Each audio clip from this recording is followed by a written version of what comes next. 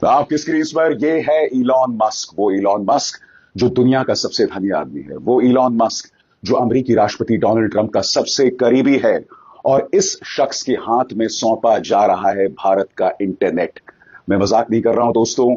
Airtel और देश के सबसे धनी व्यक्ति मुकेश अंबानी का स्टारलिंक के साथ डील हुआ है। वो स्टारलिंक जिस पर मालिकाना हक किसी और का नहीं, इलॉन मस्क का है। ये जो पूरा सौदा है ना दोस्तों, रहस्यों में घिरा हुआ है और कई सवाल खड़े कर रहा है।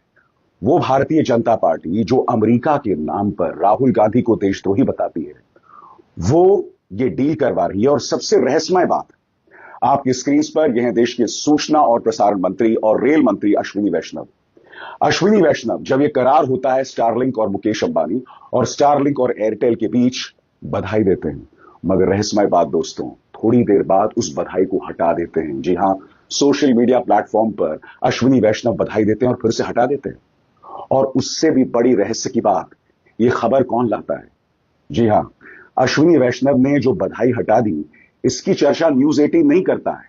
वो जहरीला न्यूज चैनल जिसके मालिक मुकेश अंबानी है, इसकी चर्चा करता है एनडीटीवी, जिसके मालिक गौतम अडानी हैं।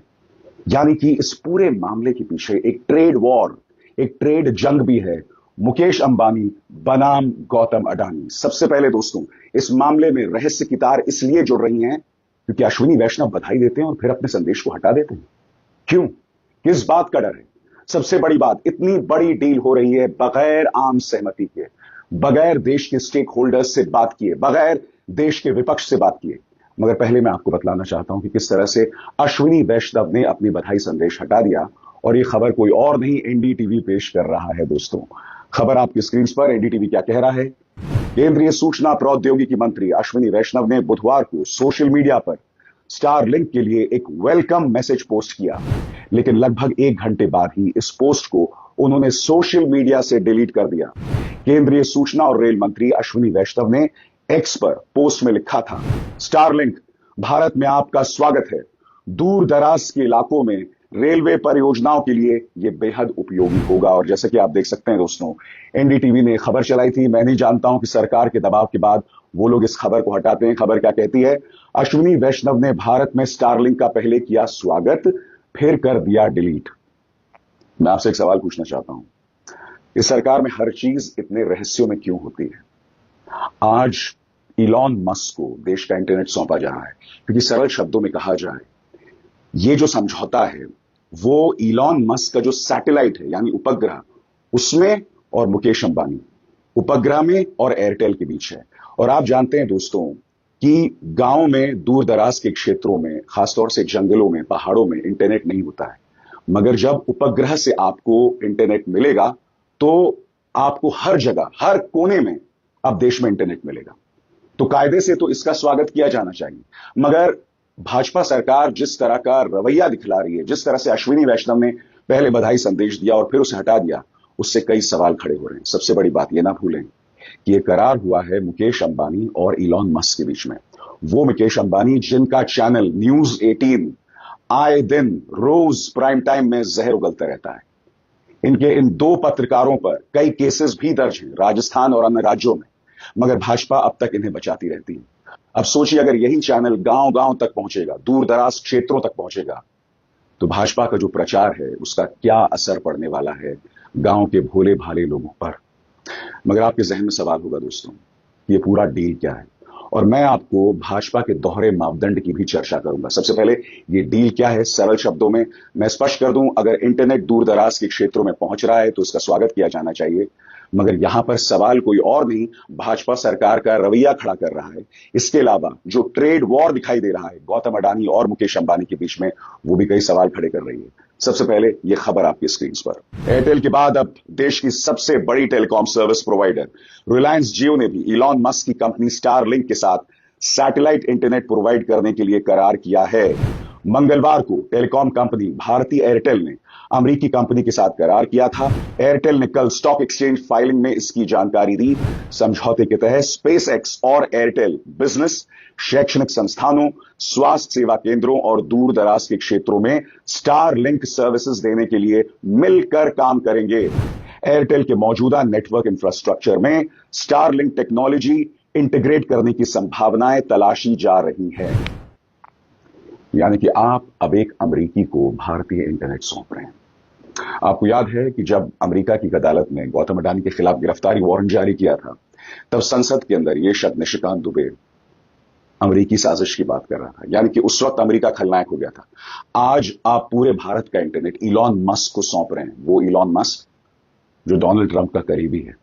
सबसे पहले याद कीजिए क्या कहा था निशिकांत दुबे ने संसद में राहुल गांधी पर प्रहार करते हुए। सुनिए। पार्टियों का काम है कि इनको केवल सरकार को कैसे डिरेल करना है, उसके लिए अलग अलग तरह के मंसूबे ये पालते रहते हैं। ये घृणा के शिकार हैं और मोदी जी की सरकार के खिलाफ कैसे डिरेलमेंट होता है विदेशी फंडिंग के साथ, ये मैं आपके माध्यम से पूरे देश को बताना चाहता हूं। अभी मीडिया पार्ट एक ऑर्गेनाइजेशन है फ्रेंच का, जिसने की एक रिपोर्ट निकाली है। उसने ये कहा है सर कि एक संस्था है OCCRP, organised crime and corruption project, और उसके साथ GACC है और सोरेस फाउंडेशन, ये उसको मदद करता है। US गवर्नमेंट और सोरेस फाउंडेशन OCCRP चलाता है। OCCRP का क्या काम है? भारत की पार्लियामेंट को कैसे बंधक बनाना, कैसे नहीं चलने देना, कैसे CA और RC पर। और बात वहां होगी, संबित पात्रा ने राहुल गांधी को देशद्रोही तक करार दिया था। फैसला आया था अमेरिका की अदालत में, गिरफ्तारी वारंट जारी हुआ था अडानी पर, उस पर जांच करने के बजाय आप अपने ही नेता विपक्ष को देशद्रोही करार दे रहे थे। और अब इलॉन मस्क को सौंपा जा रहा है देश का इंटरनेट। कौन इलॉन मस्क? आपकी स्क्रीन पर देखिए। अमेरिकी राष्ट्रपति इलॉन मस्क की गाड़ी में बैठते हैं, जी हां, और पूरी दुनिया को दिखाते हैं कि साहब मैंने टेस्ला की गाड़ी खरीदी। हालांकि मैं जानता हूं इलॉन मस्क की जो एजेंसी है डोज, वो अमेरिकी सरकार में तमाम मंत्रालयों के कामकाज पर नजर रखती है, तो ये उनका काम है आधिकारिक तौर पर, मगर उनकी कोई जवाबदेही नहीं है। यहां पर आप देख सकते हैं इलॉन मस्क की कार में सवार होकर कितने प्रसन्न हो रहे थे डोनाल्ड ट्रंप, और आज वही इलॉन मस्क भारत के इंटरनेट पर क्या कब्जा करने जा रहा है। आपके जहन में सवाल होगा, ये जो स्टारलिंक है, ये जो उपग्रह के जरिए इंटरनेट दिया जा रहा है, इसके क्या मायने हैं? तो आपकी स्क्रीन पर क्या है स्टारलिंक? स्टारलिंक 100 से ज्यादा देशों में सैटेलाइट के जरिए इंटरनेट देती है। उसके पास पृथ्वी की निचली कक्षा में 7000 से ज्यादा सैटेलाइट का सबसे बड़ा सैटेलाइट नेटवर्क है। स्टारलिंक इंटरनेट के जरिए streaming, online gaming, video call आसानी से किया जा सकता है। इसमें कंपनी एक किट उपलब्ध कराती है जिसमें राउटर, पावर सप्लाई, केबल और माउंटिंग ट्राइपॉड दिया जाता है। हाई स्पीड इंटरनेट के लिए डिश को खुले आसमान के नीचे रखा जाता है। iOS और एंड्रॉइड पर स्टारलिंक का ऐप मौजूद है जो सेटअप के लिए मॉनिटरिंग करता है। अब तक क्या हो रहा था दोस्तों? जियोटेल और एयरटेल ये दोनों ब्रॉडबैंड के जरिए या इंटरनेट प्रोवाइड करते थे, मगर अब उनका लिंक हो जाएगा एक उपग्रह से। आज कुछ सवाल आपके सामने हैं, जिन सवालों का जवाब भारत सरकार को देना पड़ेगा, क्योंकि आप अमेरिका के नाम पर कुछ दिनों पहले राहुल गांधी को देशद्रोही बता रहे थे। सबसे बड़ी बात, क्या देश की सुरक्षा के साथ किसी तरह का समझौता तो नहीं होगा? क्योंकि अब एक अमेरिकी उपग्रह, उसका सीधा लिंक है भारत के इंटरनेट के साथ। क्या देश की सुरक्षा के साथ कोई समझौता तो नहीं होगा? क्योंकि मेरे शब्द नहीं है ना, यह अंदाज़े बयां भारतीय जनता पार्टी का है।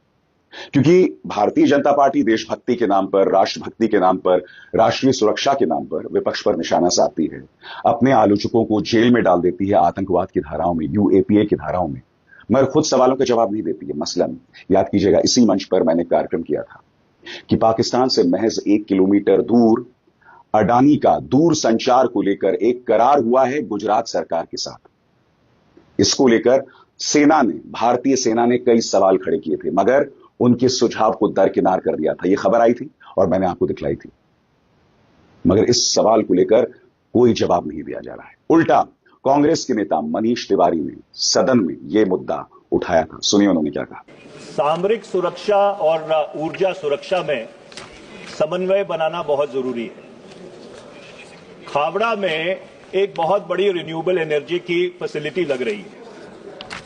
वो जो फैसिलिटी है वो भारत पाकिस्तान की जो सरहद है उसके 1 किलोमीटर तक जाएगी। अब जो राष्ट्रीय सुरक्षा के प्रोटोकॉल है वो ये कहते हैं कि बॉर्डर के 10 किलोमीटर तक कोई बड़ा इंफ्रास्ट्रक्चर का प्रोजेक्ट नहीं लग सकता। मैं माननीय मंत्री जी से यह पूछना चाहता हूं, क्या ये जो खावड़ा में प्रोजेक्ट लग रहा है, इसको लगाने के लिए जो राष्ट्रीय सुरक्षा के प्रोटोकॉल हैं उनको रिलैक्स किया गया है? और दूसरा, भारत सरकार ने इस रिन्यूएबल एनर्जी के प्रोजेक्ट को, जो एक मिक्स्ड रिन्यूएबल एनर्जी का प्रोजेक्ट है, उसमें विंड भी है, सोलर भी है, बाकी चीजें भी है, कितनी रियायत भारत सरकार की तरफ से दी गई? यानी कि सुरक्षा को लेकर ढेरों सवाल, मगर इनके कोई जवाब नहीं है दोस्तों। तो दोस्तों, आपके जहन में सवाल होगा कि भारत पर इसका क्या असर पड़ने वाला है, और अब मैं बात सकारात्मक असर की बात करने वाला हूं। मगर मैं आपको बतलाना चाहता हूं उससे पहले, भारतीय एयरटेल ने भी ये जानकारी जो है अपने सोशल मीडिया हैंडल एक्स पर दी। वो क्या कह रहे हैं आपकी स्क्रीन पर? Airtel announces an agreement with SpaceX to bring Starlink's high-speed internet services to its customers in India. This is the first agreement to be signed in India, which is subject to SpaceX receiving its own authorizations to sell Starlink in India. It enables Airtel and SpaceX to further explore how Starlink can complement and expand Airtel's offerings, and how Airtel's expertise in the Indian market complements SpaceX's direct offerings to consumers and businesses. मैं आपसे एक सवाल पूछना चाहता हूं। इस बात का ऐलान भारतीय एयरटेल कर रहा है, जियो भी इस बात का ऐलान कर रहा है, मगर भारत सरकार इसका ऐलान करती है और फिर इसको हटा देती है। सबसे बड़ी बात, जिसका सीधा ताल्लुक देश की सुरक्षा के साथ है, जो एक संवेदनशील मुद्दा है, यह ऐलान सरकार की तरफ से आना चाहिए था। सरकार को देश को एक प्रेस कॉन्फ्रेंस के जरिए संबोधित करना चाहिए था, मगर रेल मंत्री के पास टाइम कहां है दोस्तों। सबसे बड़ी बात, वो एक संदेश जारी करते हैं और रहस्यमय तरीके से उसे हटा दिया जाता है। मगर आपके जहन में एक सवाल होगा कि इसका असर भारतीय इंटरनेट पर क्या पड़ने वाला है, तो इस पर भी गौर कीजिए दोस्तों। सुरक्षा को लेकर सवाल है ही जो मैं लगातार उठा रहा हूं, मगर क्या असर पड़ेगा इस पर भी गौर कीजिए। भारत पर क्या असर? स्टारलिंक का सबसे बड़ा फायदा यह है कि यह उन क्षेत्रों में इंटरनेट सर्विसेज दे सकता है जहां पारंपरिक ब्रॉडबैंड प्रोवाइडर्स अपनी सर्विस नहीं दे सकते। इसमें ग्रामीण क्षेत्र, दूर दराज के स्थान, यहां तक कि प्राकृतिक आपदाओं से प्रभावित क्षेत्र भी शामिल हैं। हमारे देश में दूर दराज के कई इलाकों में इंटरनेट की पहुंच नहीं है। सरकारी आंकड़ों के मुताबिक मार्च 2024 तक ग्रामीण टेली डेंसिटी 59.1% थी। स्टारलिंक इन क्षेत्रों के लिए गेम चेंजर साबित हो सकती है। दुर्गम इलाकों में ऑनलाइन शिक्षा और डिजिटल स्वास्थ्य सेवा बढ़ेगी। मगर जैसे मैंने बताया ना दोस्तों, सरकार का जो रवैया है और पर्दे के पीछे इस मुद्दे को लेकर जो जंग छिड़ी हुई है गौतम अडानी और अंबानी के बीच, वो भी बहुत दिलचस्प हो गया। जैसे मैंने बताया कि अश्विनी वैष्णव ने जो अपना ट्वीट डिलीट किया, ये खबर किसी और ने नहीं, एनडीटीवी ने अपने मंच पर दिखाई। क्यों? क्योंकि एनडीटीवी के मालिक हैं गौतम अडानी। ये मामला बहुत दिलचस्प है दोस्तों, पर्दे के पीछे जो खेल चल रहा है, जिस तरह से भारत सरकार के एक मंत्री इसका ऐलान करते हैं और फिर हटा देते हैं, तो सवाल तो खड़े हो रहे हैं ना, और इन सवालों से बचा नहीं जा सकता दोस्तों। सबसे बड़ी बात, डोनाल्ड ट्रंप कितने करीबी हैं इलॉन मस्क के, उसका पता इस बात से चलता है कि जब वो इलॉन मस्क की कार खरीदते हैं तो किस तरह से खीसे निपोर रहे होते हैं, कितने खुश होते हैं। देखिए उन्होंने क्या ऐलान किया। And when I saw what was happening, I said, I want to buy a Tesla. And we just went to the front. He had 4 beautiful cars there. And I bought one in front of the press. It was a very public purchase. And they're beautiful and do a great job. Very good competitors with Mary and everybody else. You know, he's done a great job. And he shouldn't be sacrificed or have to suffer because he wants to help government. It's not that he's a Republican, which he's, you know, not the strong. I mean, sometimes I'm not even sure what he is in terms of his philosophies, but he's a great guy. He's a patriot. He wants to see the country straightened out, and he's done a fantastic job with those. We've found massive fraud, abuse, waste, and we had many, many jobs where there was nobody working but getting a check.